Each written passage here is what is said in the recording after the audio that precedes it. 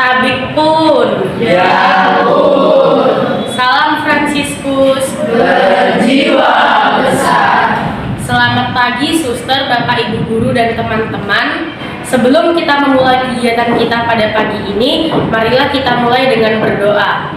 Sebelumnya, mari kita menyanyikan lagu pembukaan.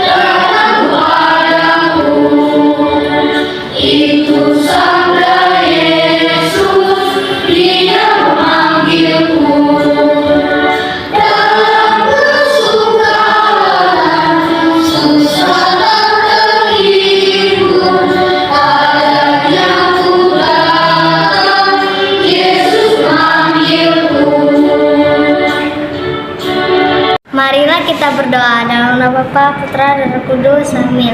Semua demi kemuliaan Tuhan Dan keselamatan jiwa kita. Tuhan yang baik, kami mengucap syukur kepadamu atas segala anugerah yang kami terima hingga saat ini. Berkati kami supaya dapat menjadi anak yang baik. Tuhan, kami akan mendengarkan sabdamu. Hadirlah dalam hati kami. Bersabdalah Tuhan, hamba-Mu mendengarkan. Marilah kita mendengarkan sabda Tuhan. Pembacaan diambil dari Injil Lukas bab 2 ayat 22 sampai 40. Dan ketika genap waktu pentahiran menurut hukum Taurat Musa, mereka membawa dia ke Yerusalem untuk menyerahkannya kepada Tuhan. Seperti ada tertulis dalam hukum Tuhan, semua anak laki-laki sulung harus dikuduskan bagi Allah, dan untuk mempersembahkan korban menurut apa yang difirmankan dalam hukum Tuhan, yaitu sepasang burung tekukur atau 2 ekor anak burung merpati. Adalah di Yerusalem seorang bernama Simeon. Ia seorang yang benar dan saleh, yang menantikan penghiburan bagi Israel. Roh Kudus ada di atasnya, dan kepadanya telah dinyatakan oleh Roh Kudus bahwa ia tidak akan mati sebelum ia melihat Mesias, yaitu Dia yang diurapi Tuhan. Ia datang ke bait Allah oleh Roh Kudus. Ketika Yesus anak itu dibawa masuk oleh orang tuanya untuk melakukan kepadanya apa yang ditentukan hukum Taurat. Ia menyambut anak itu dan menatangnya sambil memuji Allah, katanya, "Sekarang Tuhan, biarkanlah hamba-Mu ini pergi dalam damai sejahtera sesuai dengan firman-Mu. Sebab mataku telah melihat keselamatan yang datang daripadamu, yang telah Engkau sediakan di hadapan segala bangsa, yaitu terang yang menjadi penyataan bagi bangsa-bangsa lain dan menjadi kemuliaan bagi umat-Mu Israel." Dan bapa serta ibunya amat heran akan segala apa yang dikatakan tentang dia. Lalu Simeon memberkati mereka dan berkata kepada Maria, ibu anak itu, "Sesungguhnya anak ini ditentukan untuk menjatuhkan atau membangkitkan banyak orang di Israel, dan untuk menjadi suatu tanda yang menimbulkan perbantahan. dan suatu pedang akan menembus jiwamu sendiri, supaya menjadi nyata pikiran hati banyak orang. Lagi pula di situ ada Hana, seorang nabi perempuan, anak Fanuel dari suku Asher. Ia sudah sangat lanjut umurnya. Sesudah kawin, ia hidup 7 tahun lamanya bersama suaminya, dan sekarang ia janda dan berumur 84 tahun. Ia tidak pernah meninggalkan bait Allah dan siang malam beribadah dengan berpuasa dan berdoa. Dan pada ketika itu juga datanglah ia ke situ dan mengucap syukur kepada Allah dan berbicara tentang anak itu kepada semua orang yang menantikan kelepasan untuk Yerusalem. Dan setelah selesai semua yang harus dilakukan menurut hukum Tuhan, kembalilah mereka ke kota kediamannya, yaitu kota Nazaret di Galilea. Anak itu bertambah besar dan menjadi kuat, penuh hikmat dan kasih karunia Allah ada padanya. Demikianlah sabda Tuhan. Terpujilah Kristus.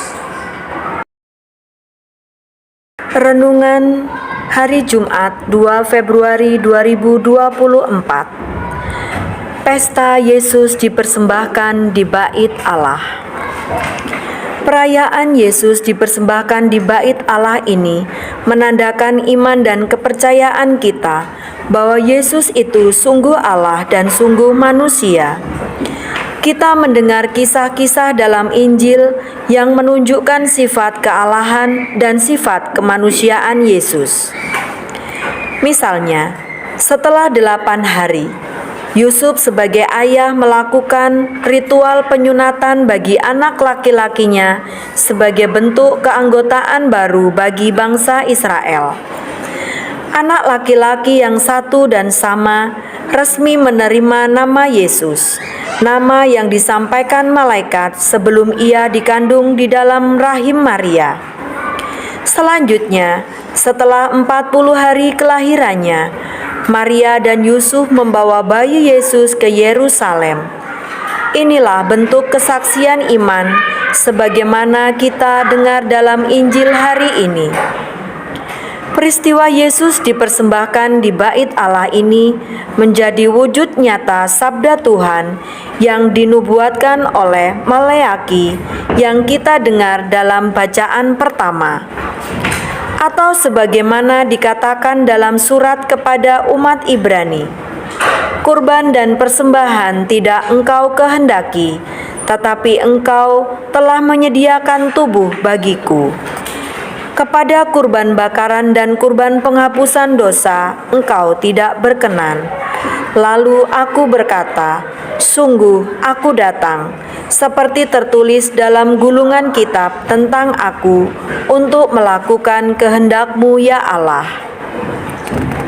Perayaan Yesus dipersembahkan di bait Allah juga menjadi momen pengudusan bagi semua orang yang memilih jalan hidup bakti.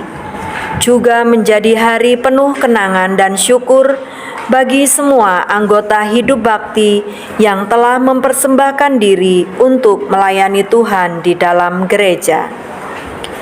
Tuhan Yesus, semoga kami juga turut mempersembahkan diri kami dan semakin setia untuk melayani Engkau dan sesama di sekitar kami.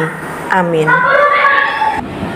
Pilar kelima, disiplin karakter 1, mandiri. Indikator menyesuaikan diri dengan lingkungan sekolah. Penyesuaian diri merupakan suatu proses dinamis yang bertujuan mengubah perilaku individu agar terjadi hubungan yang lebih sesuai antara diri individu dan lingkungannya. Atas dasar pengertian tersebut, dapat diberikan batasan bahwa manusia sanggup membuat hubungan-hubungan yang menyenangkan antara manusia dan lingkungannya. Penyesuaian diri adalah proses dan upaya mencapai keseimbangan diri dalam memenuhi kebutuhan sesuai dengan lingkungan. Seperti kita ketahui, Penyesuaian yang sempurna tidak pernah tercapai. Penyesuaian yang sempurna terjadi jika manusia dan individu selalu dalam keadaan seimbang antara dirinya dan lingkungannya. Di dalamnya tidak ada lagi kebutuhan yang tidak terpenuhi, dan semua fungsi organisme atau individu berjalan normal. Tidak selamanya individu berhasil dalam melakukan penyesuaian diri. Kadang-kadang ada rintangan tertentu yang menyebabkan seseorang tidak berhasil melakukan penyesuaian diri. Rintangan-rintangan itu mungkin berasal dari dalam dirinya, mungkin juga berasal dari luar dirinya. Terima kasih atas sabdamu yang menjadi pedoman hidup kami. Semoga dalam hidup sehari-hari kami dapat melaksanakan sabdamu. Berkatilah kami sepanjang hari ini, supaya dapat melakukan aktivitas turut kehendakmu. Bagi yang berulang tahun, semoga memperoleh rahmat-rahmat yang mereka butuhkan. Mari kita tutup doa pagi ini dengan doa damai. Tuhan, jadikanlah aku pembawa damai. Terjadi kebencian, jadikanlah aku pembawa cinta kasih. Bila terjadi penghinaan, jadikanlah aku pembawa pengampunan. Bila terjadi perselisihan, jadikanlah aku pembawa kerukunan.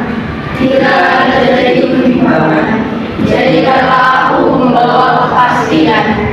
Bila terjadi kesesatan, jadikanlah aku pembawa kebenaran. Bila terjadi kecemasan, jadikanlah aku pembawa harapan. Bila terjadi kesedihan, jadikanlah aku pembawa kegembiraan. Bila terjadi kegelapan, jadikanlah aku pembawa terang. Tuhan, semoga aku lebih ingin menghibur daripada dihibur, memahami daripada dipahami, mencintai daripada dicintai. Sebab dengan memberi kami menerima, dengan mengampuni kami diampuni, dengan mati kami berlari untuk hidup selama-lamanya. Amin.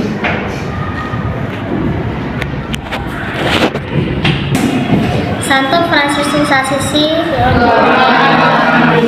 Mother and Selma, Doakanlah kami, Santo Santa pelindung kita, doakanlah kami. Dalam Bapa, Putra, dan Roh Kudus. Amin. Suster, Bapak, Ibu guru dan teman-teman, terima kasih sudah mengikuti doa pagi hari ini. Selamat beraktivitas, Tuhan memberkati. Dadah.